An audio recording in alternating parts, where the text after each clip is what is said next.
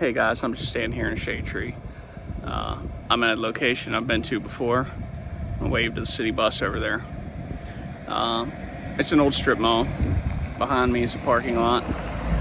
Plenty of parking here, but the buildings were demolished. Nobody boarded them up and waited for the day that they could be rehabbed sometime. Why? Because the design life expectancy of a big box retail store is about 60 years. It's actually less than that in a humid climate. From what I understand, the rebar actually rusts away inside of the cement. So these buildings were nearing the end of their expected life. There was no reason to preserve them. Just tear them down and maybe the empty lot can be used for something. This has a bearing on something, issue that's facing Clarksburg. It was an issue during the race. It's an issue every day. And that's the disposition of the downtown Kroger. You know, when the new Gucci Kroger was being built over there in East Point, the Kroger Company said, we haven't decided what to do with that store downtown yet.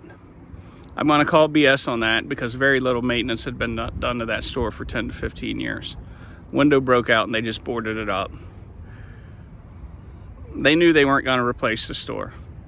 It was still making them money despite all the shrinkage they had, but they weren't going to replace the store because in the 50 years or however long between the time it was built and the time it was abandoned, new stores had opened in the area. The Food Lion, the Shop and Save had both opened under competition, and they had a captive market. The people who shopped at that Kroger, most of them are going to go to the Kroger on the hill or to one of the competitors.